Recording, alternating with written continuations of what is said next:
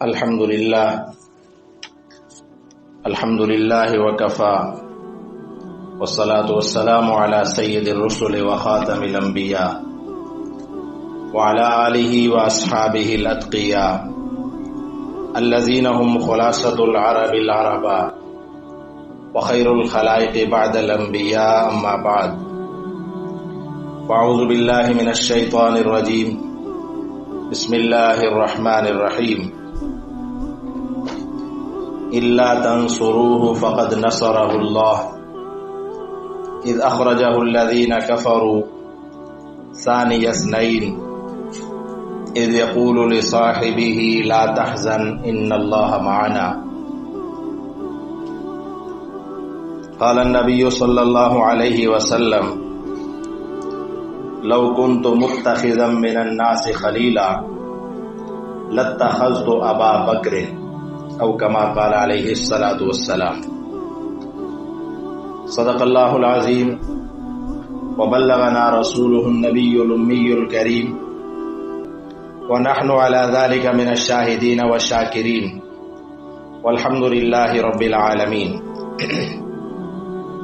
اللهم صل على سيدنا ومولانا محمد وعلى آل سيدنا ومولانا محمد وبارك وسلم وصل عليه واجب الاحترام معزز سامعین، ہمارے آج کے جمعۃ المبارک کے خطبہ کا عنوان ہے سیرت سیدنا صدیق اکبر رضی اللہ تعالی عنہ۔ اسی عنوان سے متعلق چند معروضات آپ حضرات کی خدمت میں پیش کرنی ہے۔ دعا ہے کہ اللہ تعالی مجھے حق اور سچ کہنے کی اور ہم سب کو اس کے مطابق عمل پیرا ہونے کی توفیق عطا فرمائے۔ جس طرح رسول اکرم صلی اللہ علیہ وسلم کا مقام اور مرتبہ، درجہ اور فضیلت تمام انبیاء پہ مسلم ہے، اسی طرح آپ صلی اللہ علیہ وسلم کے اصحاب کا درجہ باقی انبیاء کے اصحاب پر بھی مقدم اور مسلم ہے۔ نبی کریم صلی اللہ علیہ وسلم کو اللہ تعالیٰ نے جو اصحاب عطا فرمائے، جو شاگرد عطا فرمائے، وہ خود اللہ رب العالمین کا انتخاب تھا۔ اللہ تعالیٰ نے معاشرے میں سے چن چن کر افراد رسول اللہ صلی اللہ علیہ وسلم کی صحبت میں بٹھائے، ان کا انتخاب رب العالمین نے فرمایا، ان کے سینوں کو اللہ تعالیٰ نے پرکھا اور رسول اللہ صلی اللہ علیہ وسلم کی نیابت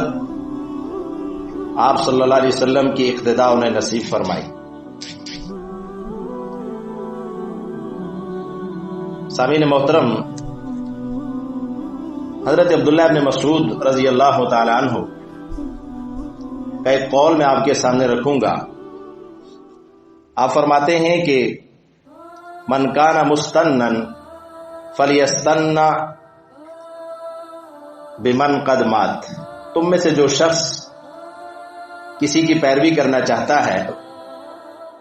تو وہ رسول اکرم صلی اللہ علیہ وسلم کے بعد ان کے ان لوگوں کی پیروی کرے جو آپ کی صحبت کے بعد انتقال فرما گئے۔ فرمائے یہ کون تھے؟ اولئک اصحاب محمد، یہ محمد صلی اللہ علیہ وسلم کے اصحاب تھے۔ کانوا خیر ھذہ الامہ، جو اس امت کے سب سے بہترین لوگ تھے۔ ابرھا قلوبا، ان کے دل سب سے زیادہ پاک باز تھے۔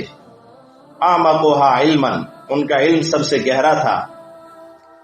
واقلھا تکلفا، تکلفات میں بہت کم پڑتے تھے۔ قوم اختارہم اللہ لصحبت نبیہ صلی اللہ علیہ وسلم، یہ ایک ایسی قوم تھی جسے اللہ تعالیٰ نے نبی کریم صلی اللہ علیہ وسلم کی صحبت کے لیے پسند فرمایا، اور آپ صلی اللہ علیہ وسلم جو دین لے کر آئے اس دین کو منتقل کرنے کے لیے اللہ نے ان لوگوں کا انتخاب فرمایا۔ لہذا اے امت مسلمہ کے لوگوں فتشبہوا باخلاقہم و طرائقہم تم ان کے طریقے اور ان کے اخلاق سے مشابہت اختیار کرو، فہم کانوا علی الہدی المستقیم، یہی وہ لوگ تھے جو صراط مستقیم پہ تھے۔ اللہ رب العالمین نے قرآن کریم میں فرمایا اولئک هم المتقون، یہی متقی لوگ ہیں، اولئک هم الفائزون، یہی کامیاب لوگ ہیں، اولئک هم المہتدون، یہی ہدایت یافتہ لوگ ہیں۔ اور ایک جگہ اللہ تعالیٰ نے فرمایا اولئک حزب اللہ، یہ اللہ کی جماعت ہے۔ تمام صحابہ کرام کا امت میں بہت بڑا مقام ہے، لیکن صحابہ کرام میں بھی پھر درجے ہیں۔ افضل البشر بعد الانبیاء بالتحقیق امیر المؤمنین ابی بکر الصدیق رضی اللہ تعالیٰ عنہ، فرمایا سارے انبیاء میں افضل البشر بعد الانبیاء، انبیاء کے بعد اگر انسانوں میں سب سے افضل کوئی ہے تو وہ ابو بکر صدیق رضی اللہ تعالیٰ عنہ۔ آپ کا اصل نام تو عبداللہ تھا، لیکن ابو بکر کا مطلب ہے پہل کرنے والا، چونکہ آپ اسلام میں آپ نے بالغ مردوں میں سب سے پہلے آپ نے اسلام قبول کیا۔ آپ رسول اللہ صلی اللہ علیہ وسلم کے دیرینہ اور پرانے دوست تھے، بچپن کے دوست تھے، اس لیے جب نبی کریم صلی اللہ علیہ وسلم نے آپ کے سامنے اپنی نبوت کا پیغام پیش کیا، اپنا دستور اور اپنا منشور پیش کیا، تو آپ رضی اللہ تعالیٰ عنہ نے فوراً اسے قبول فرمایا، لہذا اس لیے آپ کو ابو بکر کہا جاتا ہے۔ اور صدیق کہنے کی دو وجوہات ہیں۔ علماء نے لکھا ایک تو آپ کو صدیق اس لیے کہتے ہیں کہ واقعہ معراج جب ہوا تو سب سے پہلے اس کی تصدیق حضرت سیدنا ابوبکر صدیق رضی اللہ تعالیٰ عنہ نے کفار کے سامنے کی۔ اس وقت جب وہ حیرانی کا مظاہرہ کر رہے تھے، جب انہیں تعجب ہو رہا تھا کہ یہ بات جو اللہ کے نبی پیش کر رہے ہیں، جو اپنا ایک واقعہ بیان کر رہے ہیں معراج کا، یہ تو ذہنوں میں نہیں آتا، عقل اسے ماننے کے لیے تیار نہیں ہے، لہذا وہ آپ صلی اللہ علیہ وسلم کی اس بات کو ماننے کے لیے کسی صورت تیار نہیں تھے۔ اور انہوں نے سوچا کہ جس طرح ہماری عقل میں یہ بات نہیں آتی، تو آج تو بڑا اچھا موقع ہے کہ حضور کے ساتھی بھی خود یہ بات سن کر وہ انکار کر دیں گے، لہذا وہ دوڑتے ہوئے سیدنا صدیق اکبر کے پاس پہنچتے ہیں اور آپ سے کہتے ہیں کہ آج تو ایک ایسا واقعہ آپ کے دوست نے بیان کیا ہے کہ آپ بھی اسے تسلیم نہیں کریں گے۔ پوچھا کیا واقعہ ہے؟ کہا وہ یہ ہے کہ وہ یہ کہتے ہیں کہ اللہ نے مجھے رات کے ایک تھوڑے سے حصے میں مسجد حرام سے مسجد اقصی تک کا سفر کروایا، اور پھر وہاں سے اللہ تعالیٰ مجھے عالم بالا پہ لے گئے سدرۃ المنتہا تک، اور پھر اللہ نے مجھے جنت اور جہنم کے وہاں نظارے بھی دکھائے، میں وہاں کا مشاہدہ بھی کر کے آیا، اور پھر اس تھوڑے سے حصے میں واپس بھی میں آ گیا، تو کیا آپ کی عقل اس بات کو تسلیم کرتی ہے؟ تو آپ رضی اللہ تعالیٰ عنہ نے فرمایا کہ ہم نے تو تم اس بات کا بیان کرتے ہو، ہم نے تو رسول اللہ صلی اللہ علیہ وسلم کی اس سے بھی بڑی بڑی باتیں تسلیم کی ہیں، انہوں نے ہمیں جو غیب کی باتیں بتائی ہیں ہم نے تو ان کو تسلیم کیا ہے۔ ہم یہ بھی تسلیم کرتے ہیں کہ اللہ کے فرشتے آپ کے پاس آتے ہیں اور وہ آنن فانن آتے اور واپس چلے جاتے ہیں، فرشتے تو حضور کے در کے غلام ہیں، تو اگر وہ اتنی جلدی میں آ جا سکتے ہیں تو ہمارے پیغمبر صلی اللہ علیہ وسلم کیوں نہیں آ اور جا سکتے؟ لہذا آپ نے واقعہ معراج کی تصدیق کی، اسی لیے آپ کو صدیق کہتے ہیں۔ اور ایک اور وجہ بھی علماء نے لکھی، اللہ رب العالمین نے سورہ نساء میں فرمایا کہ ان لوگوں پہ جن پہ اللہ کا انعام ہوا ہے، جو سب سے زیادہ اللہ کے انعامات کے مستحق ٹھہرے اور آئندہ ٹھہریں گے، وہ لوگ کون ہیں؟ وہ فرمایا من النبیین، وہ انبیاء کی جماعت ہے۔ سب سے زیادہ جس انسانیت کے جس طبقے پہ، جن لوگوں پہ اللہ سب سے زیادہ اپنے انعامات فرماتا ہے، وہ اللہ کے نبی ہیں۔ انسانیت میں سب سے اونچا اور افضل مقام اللہ کے نبیوں کا ہے، اس کے بعد اللہ فرماتے ہیں والصدیقین، صدیقین کا، والشہداء پھر شہداء کا، والصالحین پھر اس کے بعد تمام صالحین لوگوں کا۔ تو صدیقین جو ہیں انبیاء کے بعد سب سے افضل لوگ ہیں، لہذا آپ کو صدیق اس لیے بھی کہا جاتا ہے کہ آپ انبیاء کے بعد اس طبقے میں شامل ہیں جو صدیقین کا طبقہ ہے۔ سامعین محترم، قرآن کریم کی بہت ساری آیات کا مصداق حضرت صدیق اکبر رضی اللہ عنہ ہے، لیکن چند آیات ایسی ہیں جس میں ایک آیت تو خاص طور پہ ایسی ہے کہ باتفاق مفسرین، اولین اور آخرین، متقدمین متاخرین، تمام مفسرین کا اتفاق ہے کہ قرآن کریم کی ایک آیت تو ایسی ہے کہ جو صدیق اکبر رضی اللہ تعالیٰ عنہ کے حوالے سے، وہ سورہ توبہ کی آیت نمبر 40 ہے۔ اللہ تعالیٰ فرماتے ہیں کہ اِلَّا تَنْصُرُوهُ فَقَدْ نَصَرَهُ اللَّهُ، اے لوگو اگر تم اللہ کے نبی صلی اللہ علیہ وسلم کی مدد نہیں کرو گے، ان کی ہیلپ کے لیے نہیں نکلو گے، ان کے معاون اور مددگار نہیں بنو گے، ان کی فوج نہیں بنو گے، تو فقد نصرہ اللہ تعالیٰ محتاج نہیں ہے تمہاری مدد کا، اللہ ان کی مدد پہلے کر بھی چکا ہے۔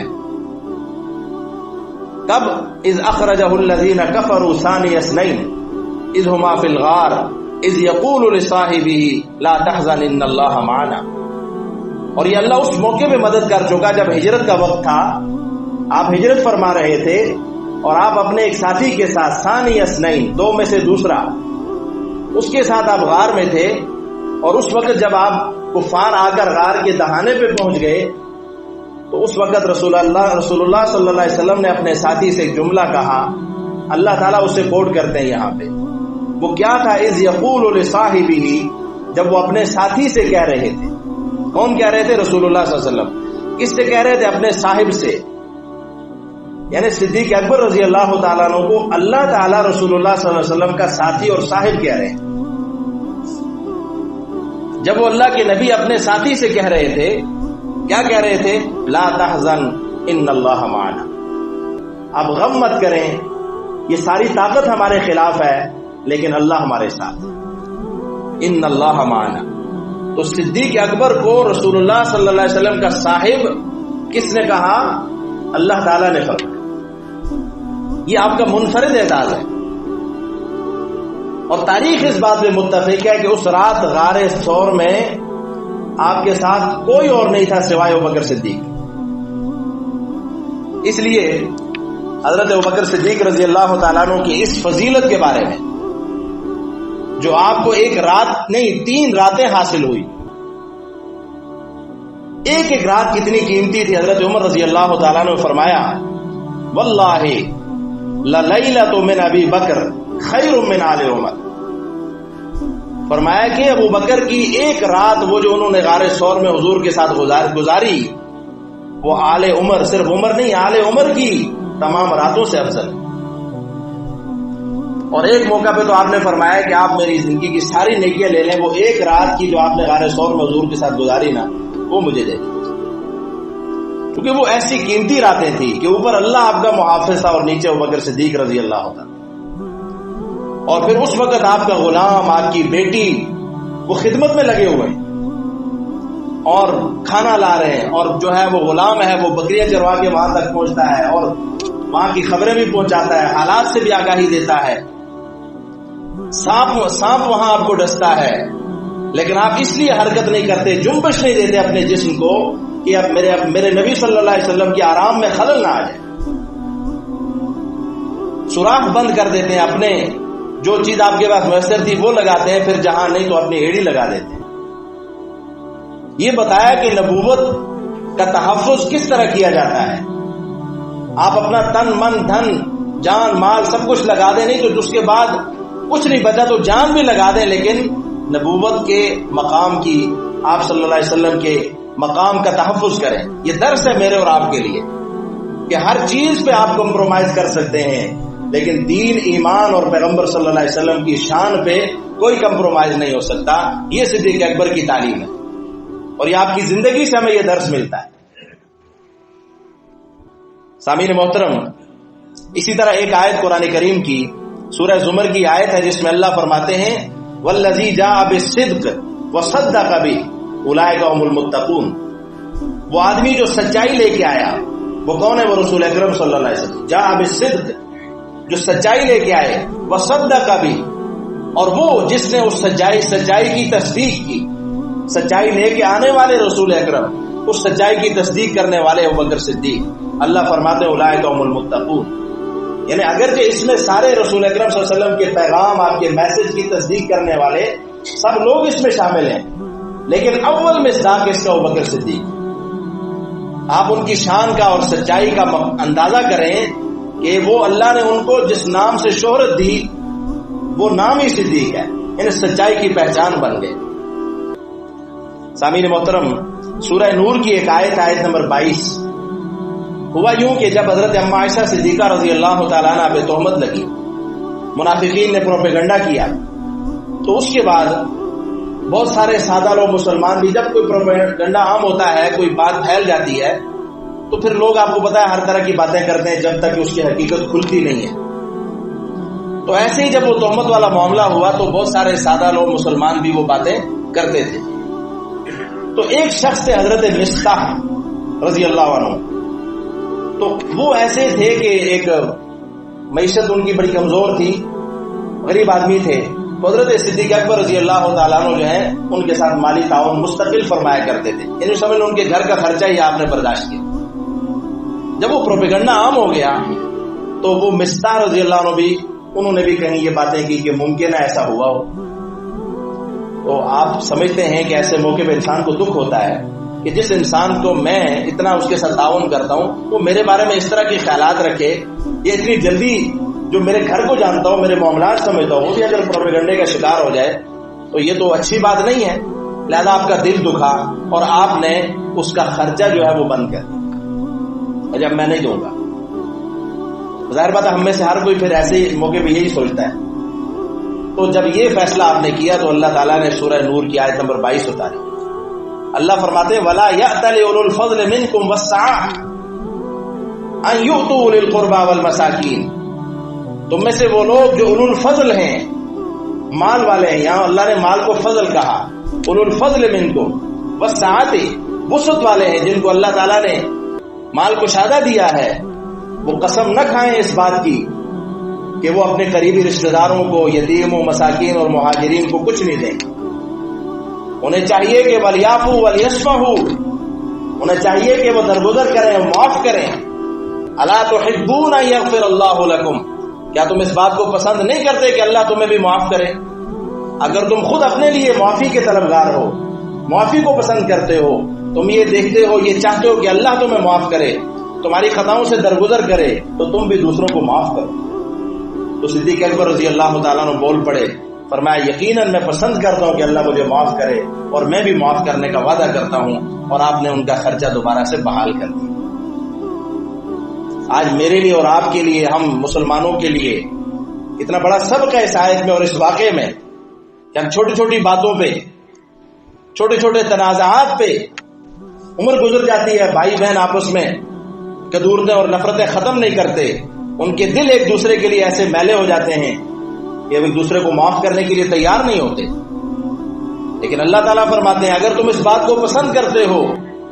کہ اللہ بھی تمہیں معاف کرے تو تم لوگوں کے ساتھ بھی معاف کرو، لوگوں کو بھی معاف کرو۔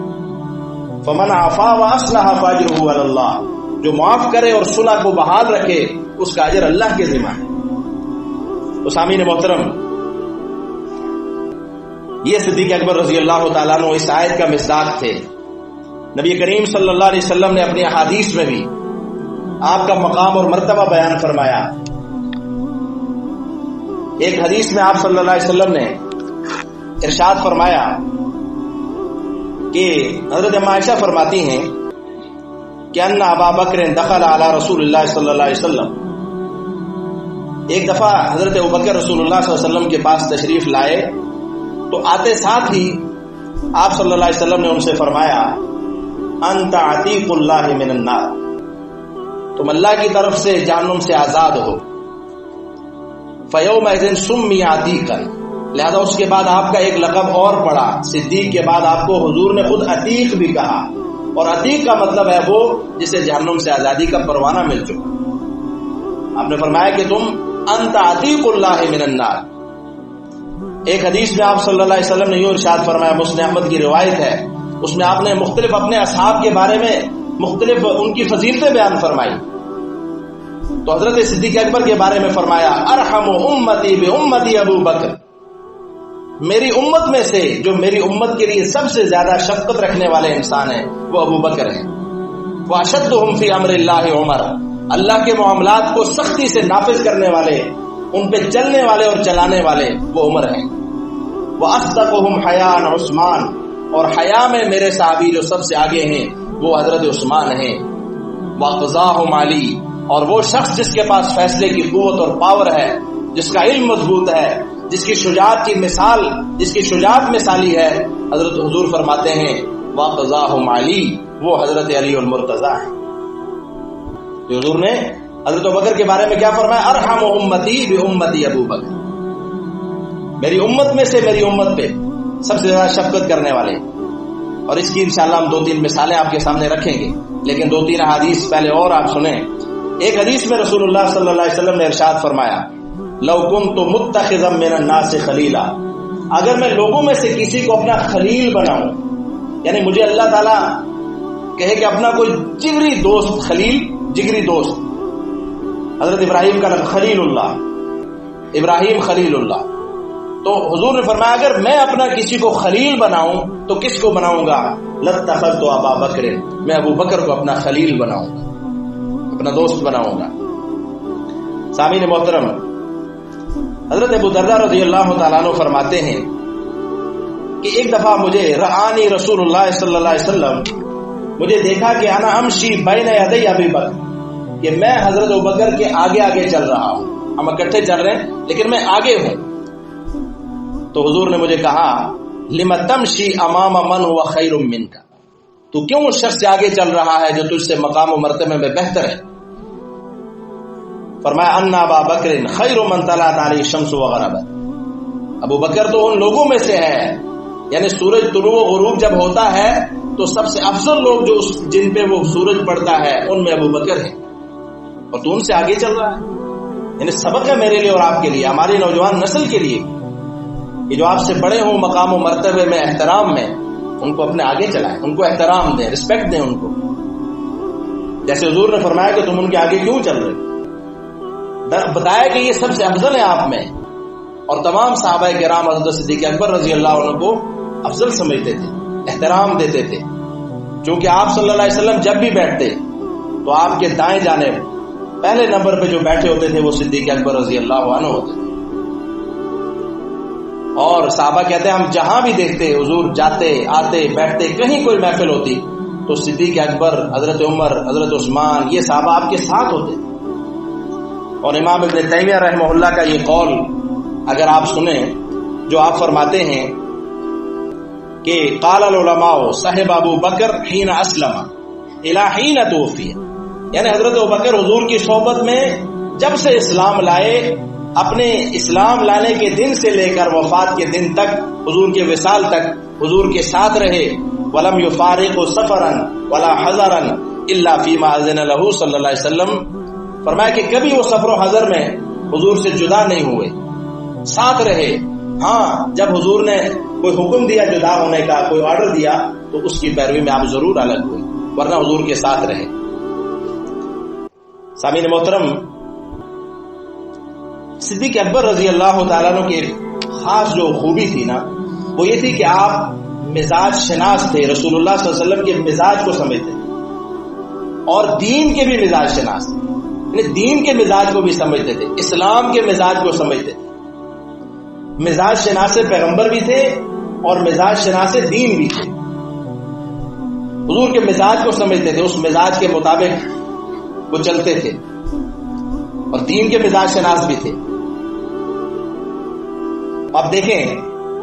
ایک آیت قرآن کریم کی سورہ نصر جو ہے نا نازل ہوئی، اذا جاء نصر اللہ والفتح ورأیت الناس يدخلون فی دین اللہ افواجا فسبح بحمد ربک واستغفر انہ کان توابا. صحابہ فرماتے ہیں جب یہ آیت نازل ہوئی تو صحابہ خوش تھے کہ اللہ تعالیٰ نے خوشخبری دی ہے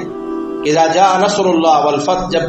اللہ کی مدد آئے گی، فتح کا دن آئے گا، تو رأیت الناس يدخلون فی، اب دیکھیں گے کہ لوگ جوک در جوک اسلام میں آئیں گے. صحابہ خوش تھے، لیکن صدیق اکبر رضی اللہ تعالیٰ عنہ پریشان تھے، رونے لگے، دکھ میں تھے، غمگین تھے۔ کسی نے پوچھا آپ کیوں؟ یہ تو خوشی کی والی آیتیں ہیں، اور یہ سورہ نصر جو ہے یہ آخر دور میں نازل ہوئی ہے۔ تو صدیق اکبر سے جب پوچھا کہ آپ کیوں پریشان ہیں اس پہ، تو آپ نے فرمایا کہ اللہ کے بندو، میں اس لیے پریشان ہوں کہ اس آیت میں اللہ نے رسول اللہ صلی اللہ علیہ وسلم کو اپنے پاس بلانے کی طرف اشارہ دیا ہے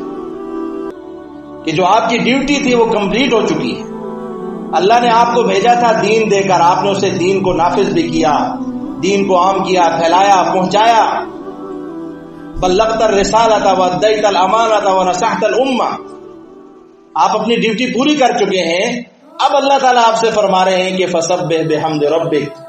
اے میرے حبیب آپ نے اپنی ذمہ داریاں پوری کر دی ہیں، اب جو آپ نے کام کرنا ہے وہ یہ ہے کہ سبح بحمد ربک، اب آپ اپنے رب کی تسبیح کریں، واستغفر، اس سے بخشش مانگیں، وہ بڑا تواب اور رحیم ہے۔